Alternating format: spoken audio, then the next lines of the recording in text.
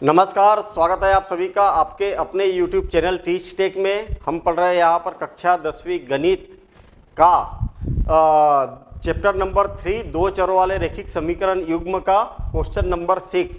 बहुत ही मज़ेदार logical question है, ध्यान से समझना, ठीक है।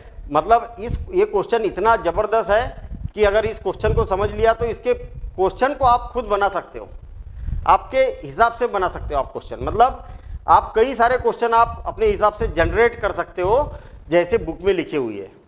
ध्यान से समझना इसको। एक रैखिक समीकरण ये दिया हुआ है, दो चरों में एक ऐसी और रैखिक समीकरण लिखिए ताकि प्राप्त युग्म का ज्यामितीय निरूपण जैसा कि प्रतिच्छेद करती हुई रेखाएं हो, समांतर रेखाएं हो या संपाती हो। कुल मिला के प्रश्न क्या बोलना चाह रहा, पहले ये बात समझ लो। आपसे प्रश्न बोलना चाह रहा कि आपके पास में 2x + 3y और -8 = 0 ये दिया है। ये क्या है? दिया है, ये वाला समीकरण दिया है। ऐसा एक समीकरण दिया हुआ है। समीकरण 1 दे देता हूं मैं इसको। अब आपको क्या है, ऐसा समीकरण बनाना है, ऐसा समीकरण बनाना है जो क्या हो, प्रतिच्छेद। पहले मैं लिख देता हूं, फिर उसके बाद समझाऊंगा, बढ़िया आराम से समझाऊंगा उसको। प्रतिच्छेद करती रेखाएं ऐसा बनाना है आपको। दूसरा ऐसा बनाना है कि जो समांतर रेखाएं हो, समांतर रेखाएं। और तीसरा क्या बनाना है, संपाती रेखाएं। तीसरा क्या बनाना है, संपाती रेखाएं।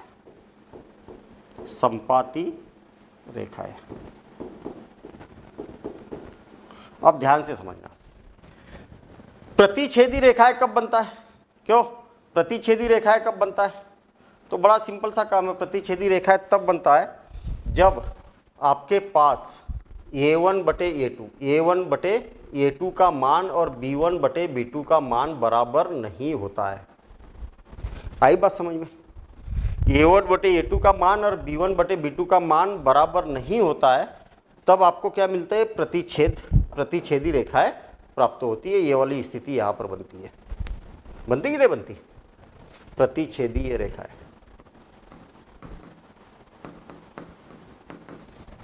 तो आपको ऐसा समीकरण बनाना है जिसमें a1/a2 का मान और b1/b2 का मान बराबर नहीं रहना चाहिए। तो बड़ा सिंपल सा काम है, आपकी जो मर्जी वो लिख दो। यहां पर जैसे यहां 2x लिखा है, मैं 4x लिख देता हूं। 2 की अपेक्षा 4 कितने गुना है? 2 गुना है। 2 दूनी 4। अब आप ऐसा यहां पर ऐसा लिखिए y के साथ में कि जो 3 का डबल ना हो।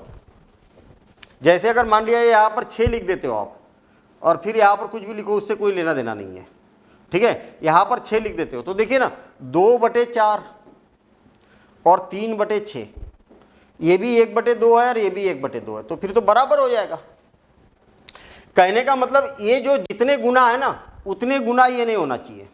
तो यहां 3 लिखा है तो यहां पर 4 लिख दो, 4y, और फिर यहां पर कुछ भी लिख दो, 8 बराबर से 0। कहने का मतलब यहां पर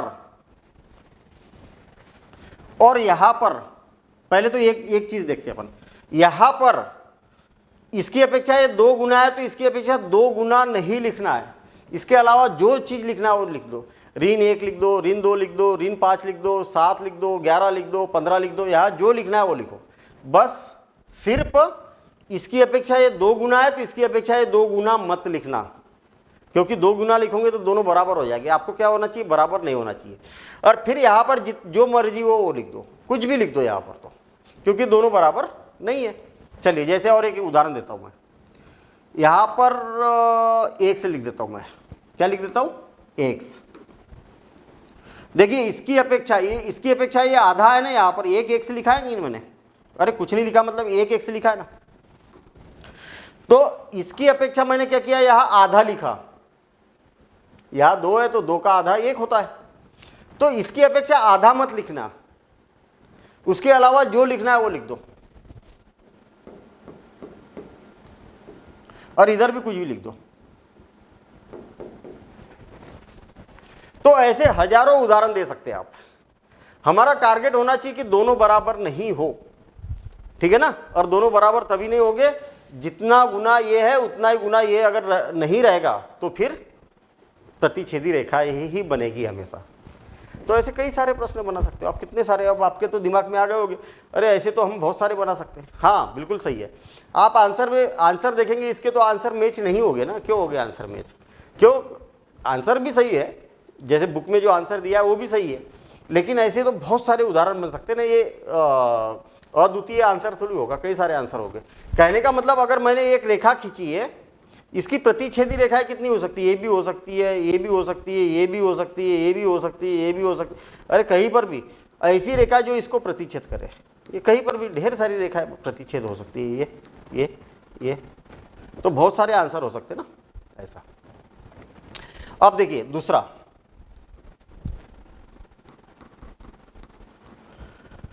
अगर मान लिया ये दूसरा क्या है, समांतर रेखा है। समांतर रेखाएं कब होती है?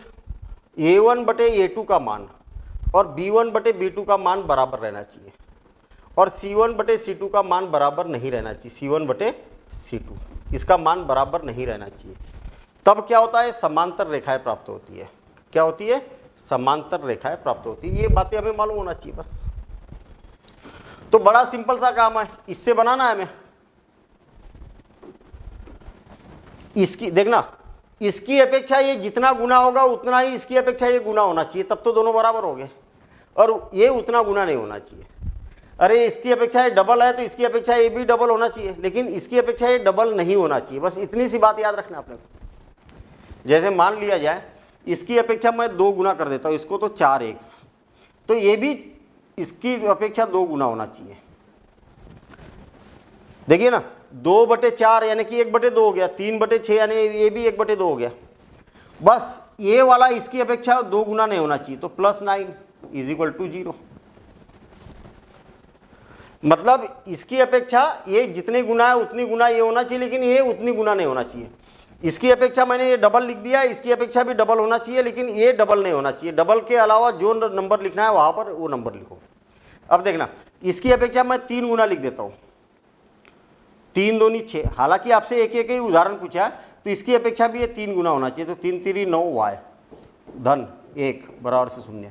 इसकी अपेक्षा ये 3 गुना नहीं होना चाहिए। बस 3 गुना के अलावा जो लिखना है वहाँ पर वो लिखो, केवल 3 गुना नहीं होना चाहिए। ऐसे हजारों उदाहरण दे सकते हैं आप। तीसरी स्थिति क्या है? संपाती। संपाती में क्या होता है? A1 बटे A2 का मान और B1 बटे B2 का मान और C1 बटे C2 का मान बराबर होना चाहिए। बराबर होना चाहिए। जैसे इसकी अपेक्षा ये जितने गुना रहेगा उतना ही गुना इसकी भी अपेक्षा होना चाहिए, उतना ही गुना इसकी अपेक्षा होना चाहिए। जैसे देखिए, इसकी अपेक्षा मैं 2 गुना कर देता हूँ, तो 2 दूनी 4, तो उतना ही इसकी भी अपेक्षा होना चाहिए। तो इसका भी 2 गुना कितना हो जाएगा? 6y। तो इसकी अपेक्षा भी 2 गुना होना चाहिए, ऋण 16। चिन्ह समान रहना चाहिए। 8 दूनी 16, उससे डबल हो गया और बराबर से 0। ये संपाती रेखाएं होगी, ये और ये संपाती रेखाएं होगी। इसकी अपेक्षा अगर 3 गुना ले रहे हैं आप, 3 दूनी 6x, तो 3 तिया 9y, ऋण 8 तिया 24, ये भी क्या हो गए? संपाती हो गए। मतलब सब।